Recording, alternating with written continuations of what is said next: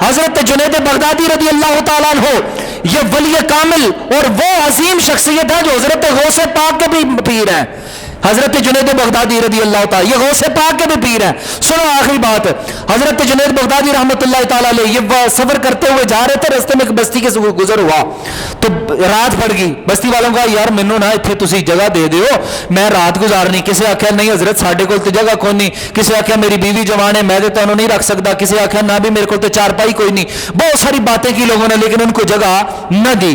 کہا اچھا کوئی بات نہیں, اگر تم نے جگہ نہیں دی, تمہارے گھر بند ہے تو اللہ کا گھر تو کھلا ہے نا, میں مسجد میں رات گزار لیتا ہوں.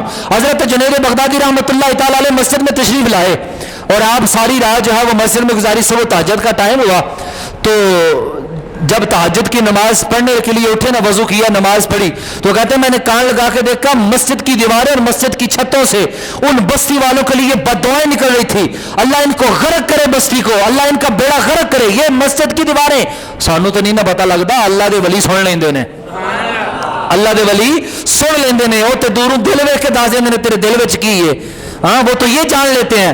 کہنے لگے حضرت جنید بغدادی رحمۃ اللہ تعالیٰ علیہ فرمانے لگے کہ مسجد کی چھتیں اور دیواریں اس بستی والوں کے لیے بد دعائیں کر رہی ہیں کہ انہوں نے مسجد کو آباد نہیں کیا, اس کی خوبصورتی کا لحاظ نہیں رکھا, اس کے اندر جو ہے تزئین و آرائش نہیں کی, اس میں آ کے نماز ادا نہیں کی, تو مسجد اس کے لیے بد دعائیں کر رہی ہے.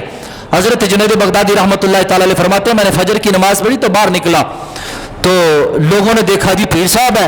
کوئی آندا پیر صاحب مینوں کوئی تویز دے دیو, میرا گھر ٹھیک نہیں چلتا.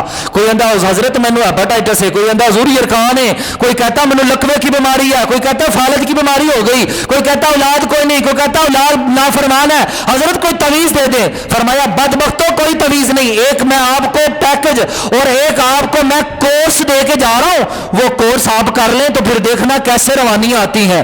وہ کیا کورس دیا؟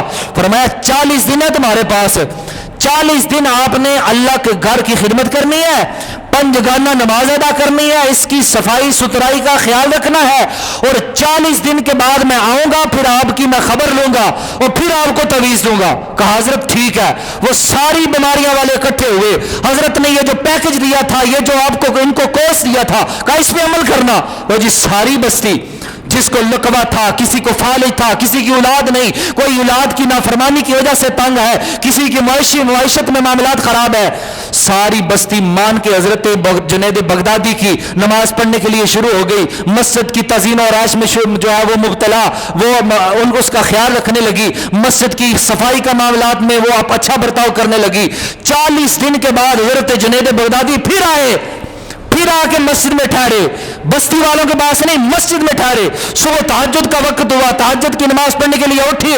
فرماتے ہیں میں نے کان لگا کے سنا جو 40 دن پہلے مسجد اس کی دیواریں اور چھتیں بد دعائیں کر رہی تھی, وہی دیواریں وہی چھتیں بستی والوں کے لیے رحمت کی دعائیں کر رہی ہیں.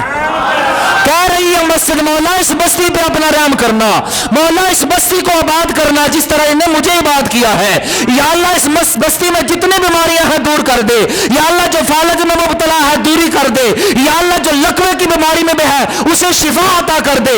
حضرت جنید بغدادی فرماتے میں اٹھا اور میں نے جب باہر نکلا نا, میں چوک میں کھڑا ہو گیا. کہا کائنات میں بسنے والوں سنو, آج جس کو تویز چاہیے میں تویز دیتا ہوں, جس کو بیماری سے شفا چاہیے میں شفا کے لیے میں تویز دیتا ہوں. سارے اکٹھے ہوئے. حضرت کسی تویز کی ضرورت نہیں ہے, جو کورس دے کر گئے تھے اسی نے اللہ سے شفا عطا فرمائی ہے. اللہ